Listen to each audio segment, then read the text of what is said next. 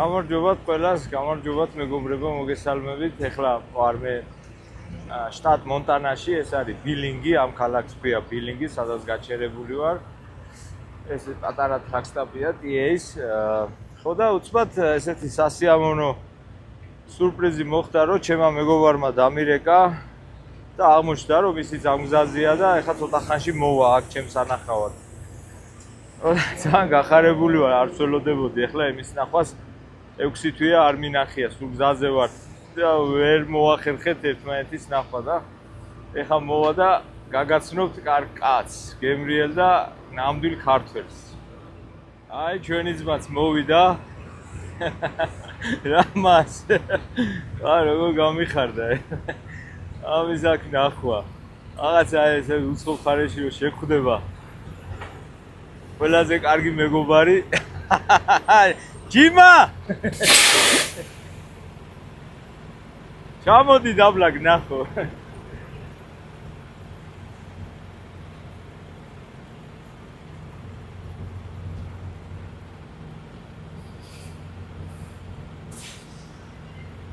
რამაზიკო.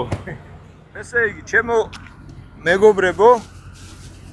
ესაა ჩემი მეგობარი რამაზი. ჩემი ძმაკაცი.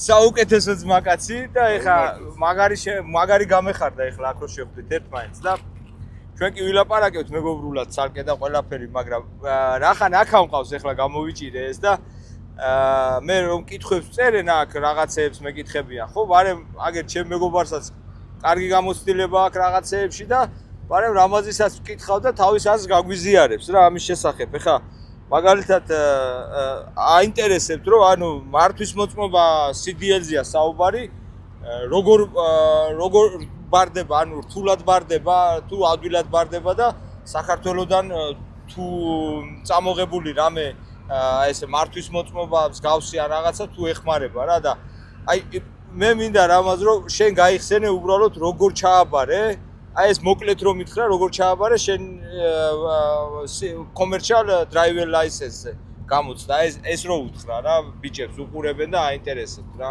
კი ბატონო მოკლედ ქართული მართვის მოწმობა აქ არ გამოდგება სამწუხაროდ როგორც იხსენებ დაახლოებით 3 წლის წინ ჩავაბარე კომერციული მართვის მოწმობა ეგრეთ წოდებული CDL-ი პირველი ეტაპი იყო თეორიული გამოცდა ჩავაბარე ინგლისურ ენაზე იყო 3 ეტაპად შეგიძლია ერთ გასვლაზე 3-ვე ჩააბარო შემდგომ ავტოსკოლაში თული იყო ეგა თუ მეცადინე თუ როგორ გააკეთე მეცადინე ინგლისურ ენაზე საკმაოდ ინგლისურად ჩააბარე ბევრია ტესტები ინგლისურად ჩავაბარე კი ბატონო მეორე ეტაპი ესე იგი ავტოსკოლაში ავიღე 6 გაკვეთილი მეტი არ დამჭირდა სავარჯიშოდ პრაქტიკულად ხო პრაქტიკულად კი მქონდა მანამდე გამოცდილება და ამიტომ გაკვეთილზე მეტი არ დამჭირდა შემდგომ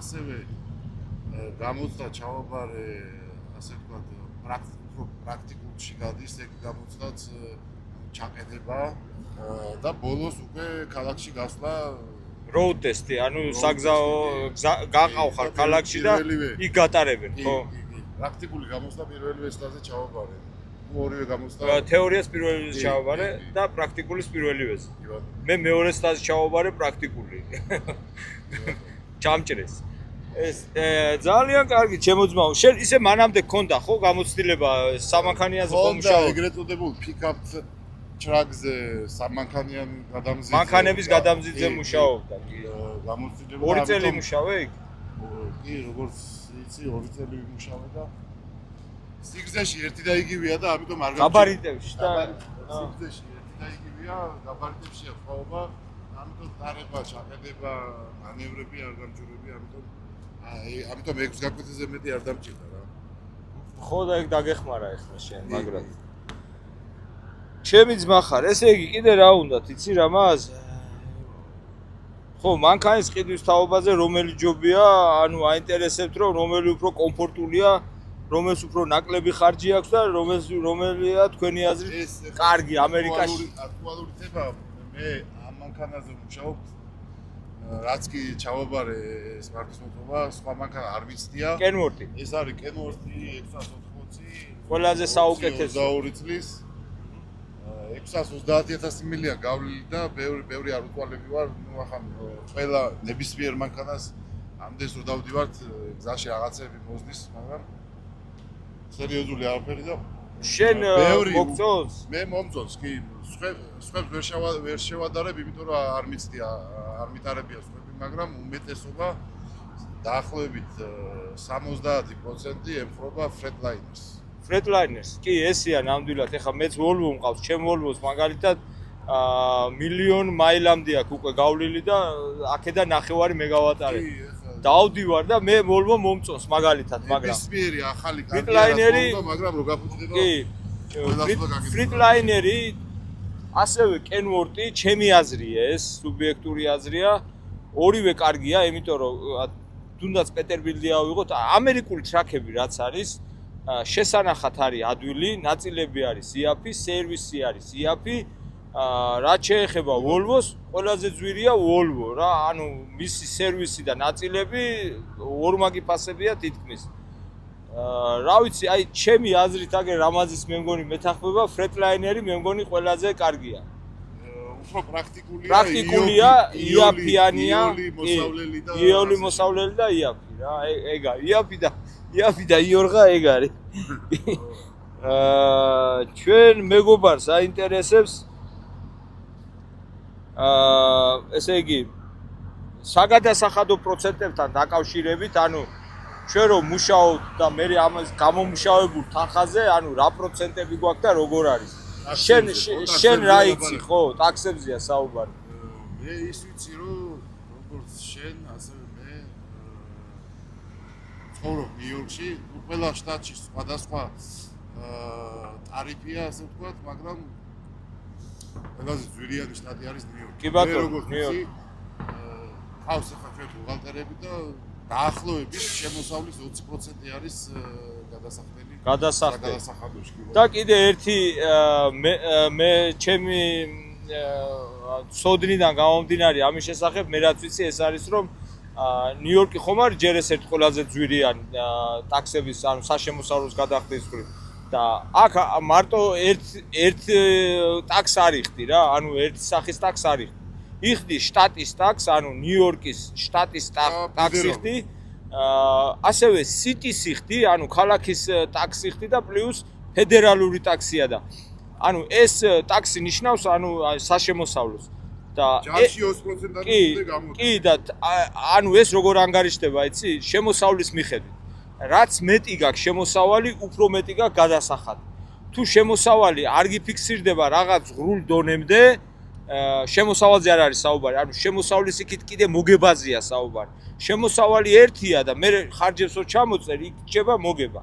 ანუ ის მოგება თუ არ ცდება რაღაც ზღრულ ხაზს, აქეთ გიბრუნდება კიდე სახელმწიფო აქეთ გაძლევს ფულს. თუ არა და მე უკვე აი ეს პროცენტები ნელ-ნელა იზრდება იმის მიხედვით, რაც მეტი გაქვს მოგება რა. ჩემო რამაც, რა მინდა კიდე კითხო რა, შენ ახლა სამანქანიანზე ქონა ნამუშევარი 2 წელი, ხო? კი, 2 წელი. გამოცდილება გაქვს სერიოზული იმაზე, ვიცი, შენი საკუთარი ყავდა, მუშაობდი და ყველაფერი და აი შენი აზრი მაინტერესებს. მე სამანქანიანზე არ მიმუშავია, პირდაპირ დავჯექი ტრაილერზე და დავიწყე მუშაობა. აი შენი აზრი მაინტერესებს, რო შეადარო სამანქანიანზე მუშაობა და ტრაქზე მუშაობა. აი რა განსხვავებას ხედავ? მუშაობის რეჟიმი ხანგრძლივობა თითქმის ერთდაიგივეა, მაგრამ უფრო დამღლელი იყო, რა თქმა უნდა, სამანქანიანი, იმიტომ რომ ეში რამოდენიმეჯერ გიწევს პიკაპ დელივერის დროს აყვანა, ჩაყვანა და უფრო გლის. დამღლელი სამუშაო და ეხლა ტრაილერზე რო დავიტვირთები 2-3 დღე მივდივარ, ერთხელ ვიტვირთები, ერთხელ ვიცლები. აი მოდი მაგაზეც გითხარი რა, ანუ რამაზე არის კომპანი დრაივერი, ანუ მუშაობს კომპანიაში მძღოლად. მე ვარ ოუნერ ოპერატორი. მე ჩემი საკუთარი ტრაილერი მყავს, ანუ მე პატრონე ვარ, ეს კაცი არის მძღოლი კომპანიის. ანუ ეხლა აი ის ორი სხვაობა ვდგავართ აქ, რასაც მე ხსნიდი ხოლმე ჩემი ვიდეოების დროს. აი რამაც შენი სამუშაო მოკლედ რომ მითხრა რა, აი როგორი სამუშაო გაქვს რა. და რამდენს გიხდიან მაილზე, რამდენად დადიხარ? ესე იგი აილში მიხდიან 73 ცენტს და კვირის განმავლობაში რამდენსაც გაივli დაახლოებით ესე გრუბად რომ ვთქვათ უხეშად 4000 მაილამდე გავდივარ. 4000 მაილამდე გადიხარ კი. კვირაში და გიხდიან 73 ცენტს. ხო? ეს არის მაცივარი, ეს ტრაილერი შენ რაც ეს არის ახავს, ხო? ეგრეთ წოდებული რიფერი, მაცივარი, კი, გამაქვს როგორც გუგუნი ისმის ცოტა აქეთ გამოიწიე და მე ვაჩვენებ მე. ჩართული მდგომარეობაშია ეხლა იმამს ბალი. ბალი მიგაკ? მოდი მე გავხსნა. დალუქული გაქვს? საკუთარად ლუქიადებს. ხო. ცა არის საშუალება დატვირთვის დროს პირდაპირ ხიდან მოწყვეტა და მიირწა. ეგეც შეგიძლია, ხო? ესე იგი რამდენი ხნის განმავლობაში მუშაობ? რო გამოდიხარ სახლიდან რამდენი ხანი მუშაობ? ეხლა მესამე თვე მთავრდება რაც რეისში ვარ. მესამე თვე მთავრდება, შენ არ დაგისვენია გზაზე. არა. გზაზე. რას ვლაპარაკობდი? მარტო. ესე ვართ ქართველები და მარტო, ამიტომ მარტო. უხარიათ ყველას კომპანიაში რო იღებენ მე სამუშაოდ რა. აი მარიამობისკენ ვაპირებ დასვენებას. მარიამობასთან ჩემთან გეპატიჟებს მიგრირებით, სტუმრად და კარგად აღვნიშნათ მაგას.